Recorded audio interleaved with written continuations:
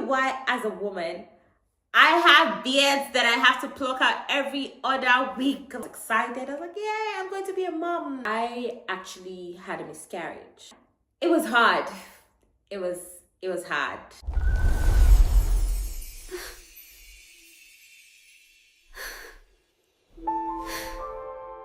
Hey there. Welcome to the first episode of Her Unseen Scars.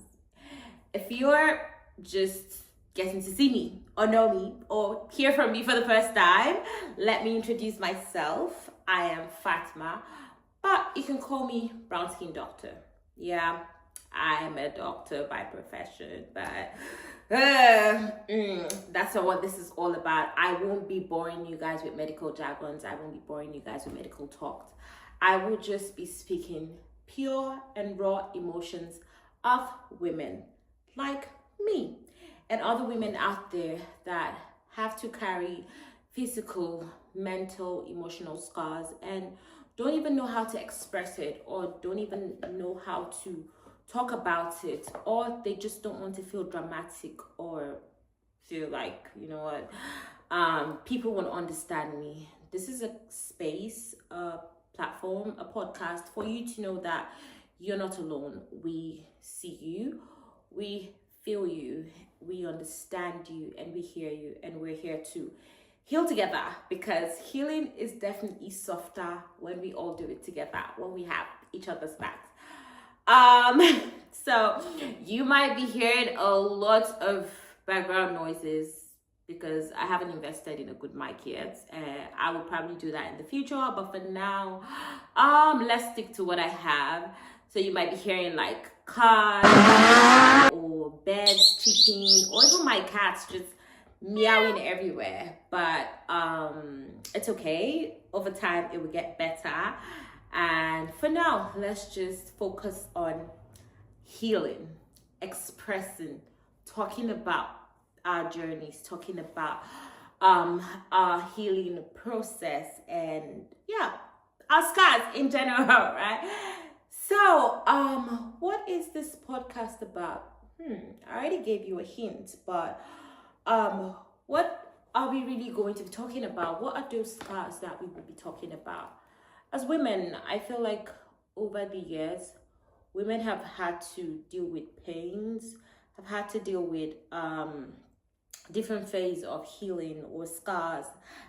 And you just have to woman up, not man up, like woman up, because the society just believes, you know what, it's normal. This thing you're feeling is normal. So why are you being dramatic about it? Why are you being chaotic, or what's all the fuss about? But it's not supposed to, we're not supposed to normalize anybody's pain. We're not supposed to dispute anybody's pain. And that is what's happening. Like, do you know something as tiny as period pain or your monthly period can actually get you in the hospital? Like, I know women that have had to be hospitalized because of their monthly periods, right? Something as tiny as that. It's a monthly thing. So what's happening? But women end up in the hospital all the time.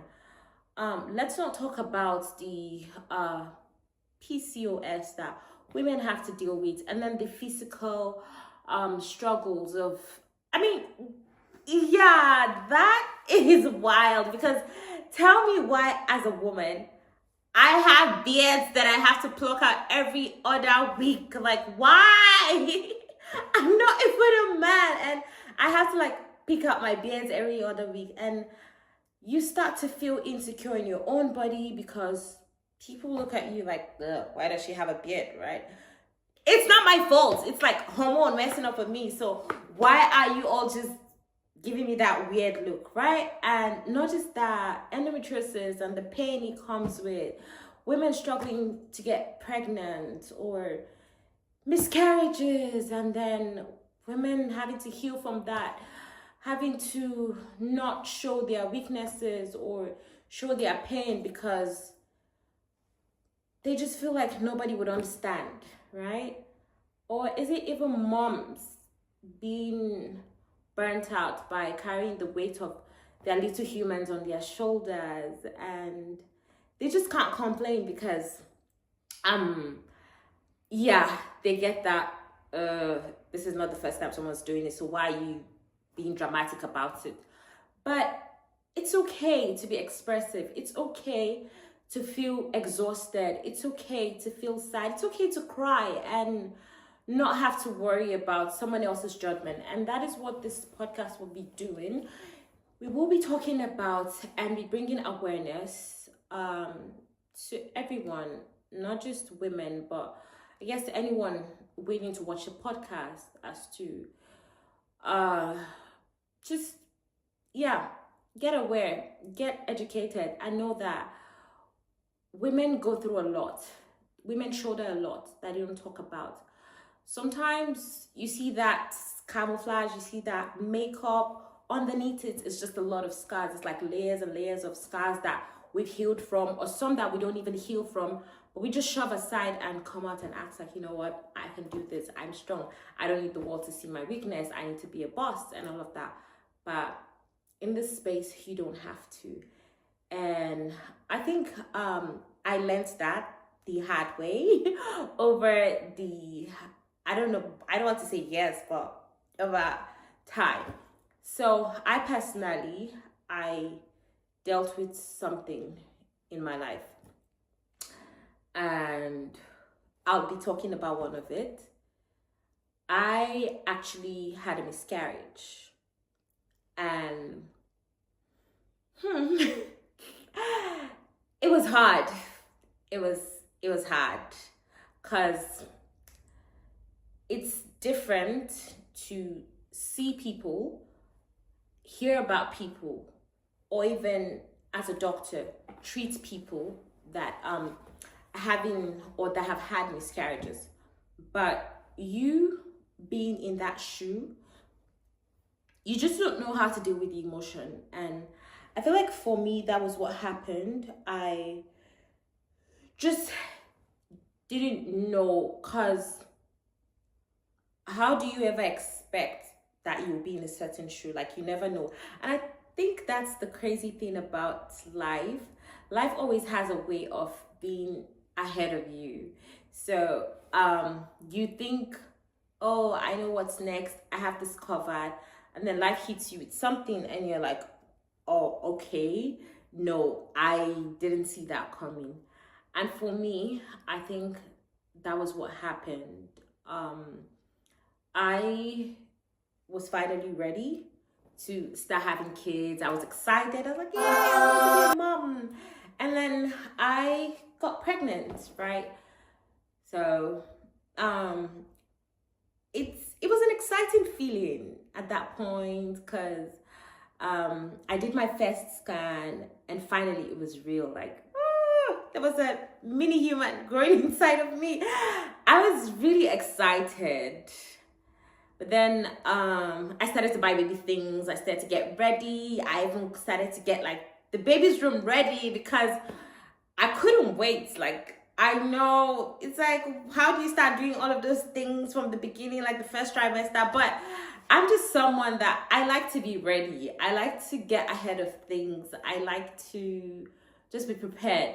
And when I'm excited, I don't even wait for the time to come. I just do things. So that's what happened. When I found out I was pregnant, I started to I figured out, okay, you know what? I want this room to be the baby's room. I want the baby to have this in here. So I started to make my list, started to buy things little by little. And then one day, I was about 9 weeks-ish. Yeah. I started to bleed.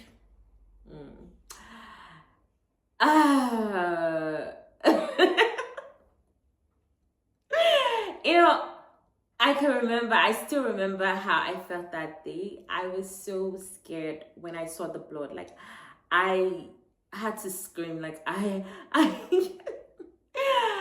and then when my husband came, he was like, what happened? Are you okay? I was like, no.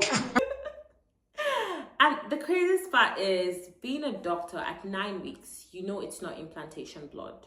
You know, genuinely, it's not. but you still want to believe, you know what, maybe, just maybe it's this, maybe it's that, and all of that. You start to create excuses because you don't want to mentally process and believe that, okay, you know what, I am going through this phase. And I think that's it for me. When it happened, I I knew something wasn't right, so I went to the urgent care because it happened on a weekend. I think it was a weekend or a holiday period. I can't really remember what was happening then. I think it was a weekend. So I went to the urgent care, and he sent me for a scan. So I went for the scan, and then luckily for us then, the the fetus was still viable. Everything was fine. Baby still, there was still a heartbeat there. So I was excited, and I was like, okay, you know what, okay, fine. I just need to be careful. I just need to not do things. And then, as usual, I went back to my GP, and he advised me. He was like, just rest, don't do a lot of stuff, and all of that stuff, all of those things. And I was like, oh, okay, fine, I'll be okay. So after about 3 days, the bleeding stopped, and I was okay, back to normal. I was like, yeah, you know what, we're back on track. Baby's coming. This is happening. So 2 weeks down the line, I was about 11 weeks, bleeding started again. And at this time, the bleeding started heavily. It was heavy, and it came with cramps, came with pains and all of that, like back pain. So when I saw it, I just knew, nah, something's not right. And this time, it's bad. This time, no, this is not, yeah, this is different. So I went back again to my GP, because despite being a doctor, you can't treat yourself, especially when you're in like the western part of the world. You can't just decide to send yourself for a scan or do this for yourself, and you have to go through another professional healthcare practitioner to send you. So I had to go through another doctor to refer me for a scan. So he referred me for a scan. It was on a Friday that day. I remember like it was yesterday. When I went for the scan, I couldn't go for the scan that Friday. So because I tried booking, but everywhere was booked out and all of that. So I said, okay, you know what, it's fine. Because it doesn't matter even if I find out if the baby's there or not. It wouldn't change anything. The only thing is that I can either start to grieve immediately, or I can just have peace of mind. So I tried booking that Friday, but nothing. It wasn't possible. And then at night, that Friday night, the bleeding got like really intense. It was painful. I couldn't sleep. I didn't have peace of mind, nothing, because there's always that fate. You have that fate of, what if it's still there? What if? But deep down that it might not, or I would say I knew deep down back then that, nah, it's not there. It's gone, right? But I think I just really wanted to believe that it wasn't true.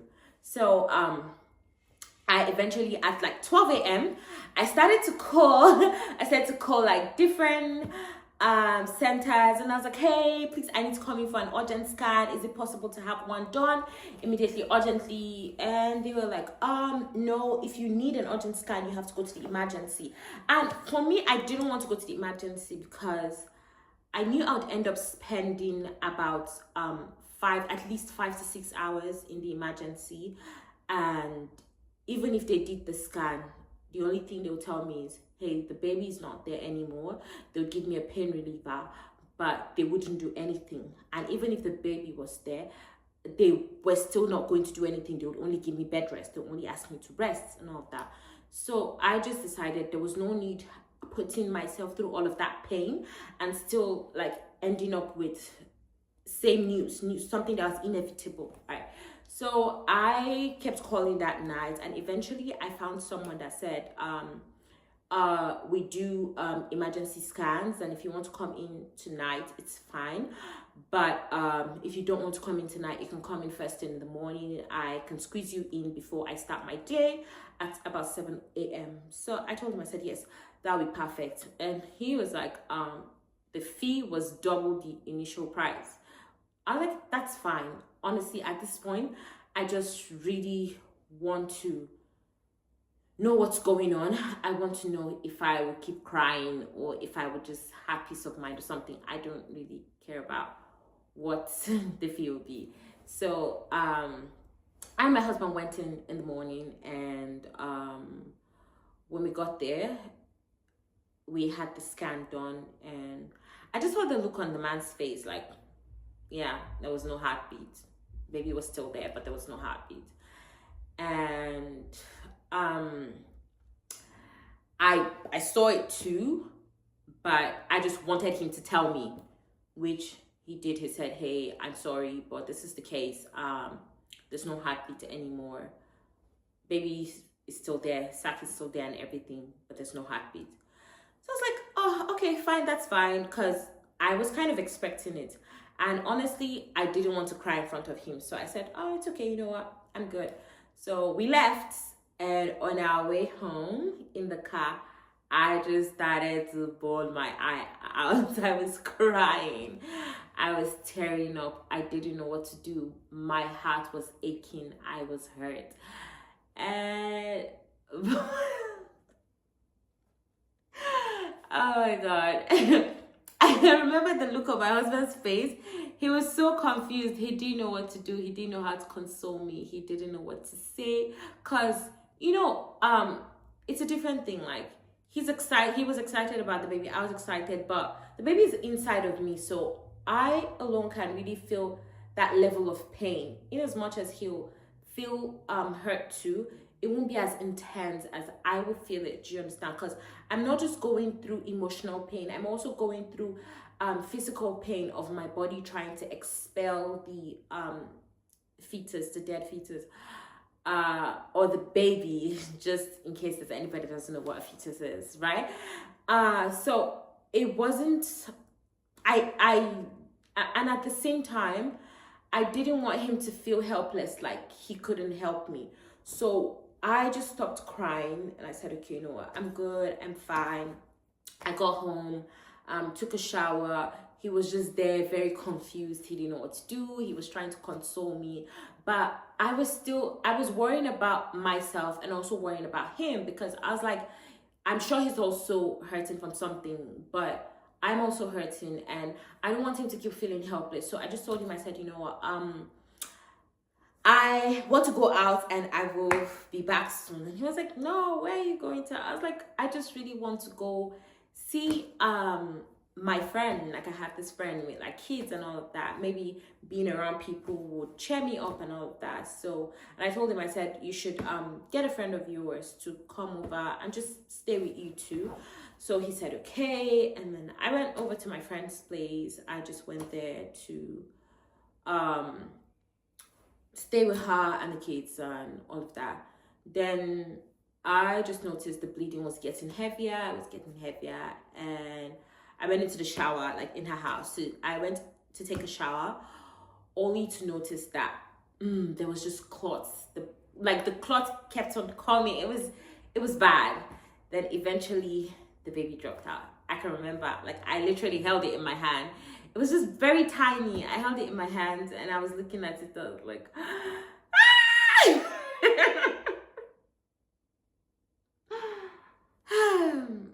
yeah. Now I can laugh about it, but then it wasn't funny. It wasn't funny. It was a lot. It was a lot. But eventually, I just knew that I had to stop crying and I had to heal. I had to move on.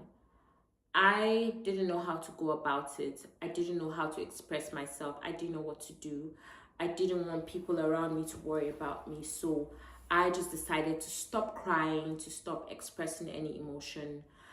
And sadly, my mom is in a different country. My siblings are in a different country. So the only thing I could do was talk to them over the phone, and that was the only way they could console me. So I'd call my mom, I'd call my siblings, and they kept checking up on me. They constantly kept checking up on me, which was good. It helped. But at the same time, I didn't want them to feel like they had to like continuously keep worrying about me.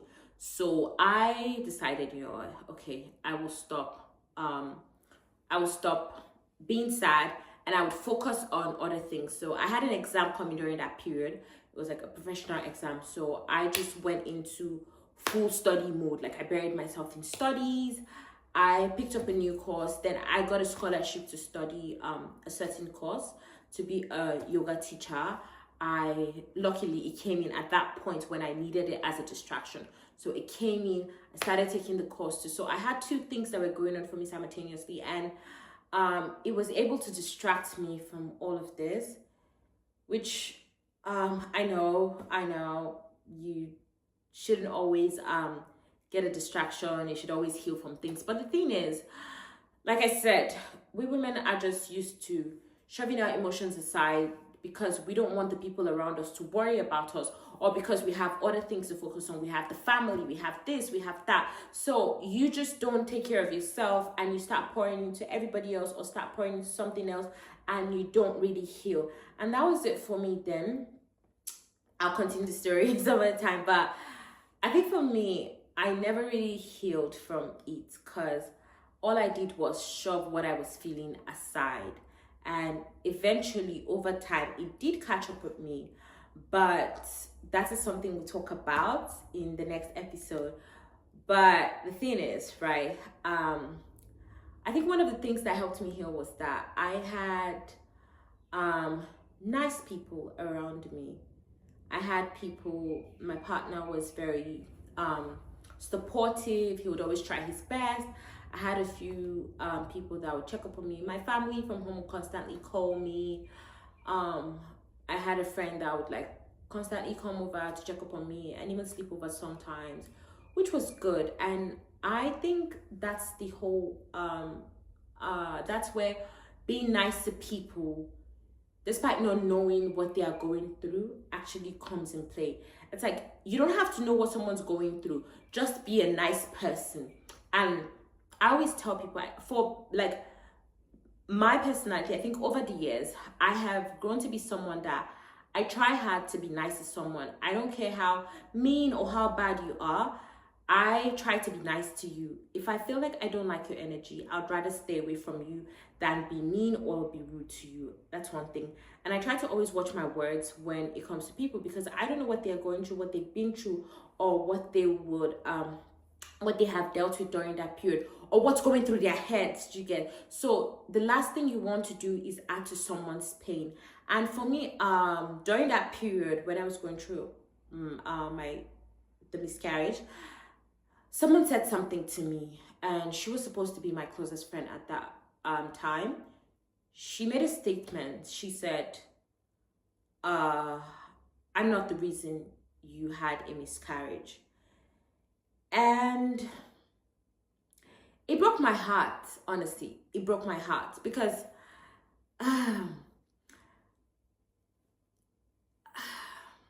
yeah, I will talk about that some other time. But it's like, how bad could I have been to you for you to make that statement to a grieving person? And in all honesty, I didn't even say anything bad. All I did then was express that she wasn't there for me as much as I wanted her to be when I was going through this. And she made that statement, and it didn't just break my heart, but I was like, how do you have the mind to be unkind to someone that you've been friends with for over 10 years? Like, I don't care if someone's your enemy, but you can't say something like that to the person. But she said it to me, someone that had been her friend for over 10 years. And yeah, I think that was when I just knew that, you know what? Yeah, it's okay. Anyway, we'll talk about this some other time. But the whole essences of this whole thing is, women are going through a lot. Don't ask a woman when she's going to get pregnant, because you don't know what she must have gone through, what she's going through, or what she's not voicing out. You don't know the heartaches, the scars, or what she's having to deal with. So please be nice. If you can't say something nice to her, just stay away from her. Don't comment on her body. Don't comment on anything. Just shut up and leave. Just let people deal with whatever it is they are dealing with. And if you know that you can't shut your mouth up, just take yourself away from there. Nobody needs you yapping what's in your mind. Because I know sometimes things just go through your head. You want to be like, oh, why do you have a beard? Or you want to be like, why do you look like this? Why do you look chubby and all of that stuff? But don't say it. Don't comment on people's appearances. Don't comment on things. And I think over the years, that is something that I have just learned to do, and learned that it's very important, because you don't know. She could be going through an episode of depression and then she just looks fat because she's not able to take care of herself, because she's going through something, she's healing from something, and then you just open your mouth and make it worse. So the whole essence of this is just bringing awareness, helping women out there heal,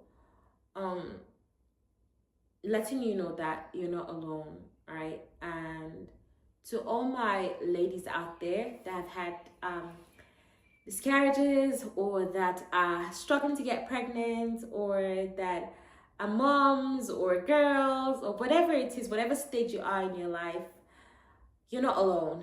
And women, we need to have each other's backs. We need to be kind to each other. We need to just be there, give each other a soft space to heal, and yeah, just be nice. That's it. Well, I think I've come to the end of today's episode. I'm done yapping for today, and it was nice really voicing this out, because I don't know, but if I mentioned it, but this is also like a healing journey for myself too, to just talk about things that I have dealt with, I've healed from, and things that in general that I'm dealing with. And hopefully I will be bringing you guys more episodes on haunting scars. So yeah, have a great day, and thank you so much for listening. Bye.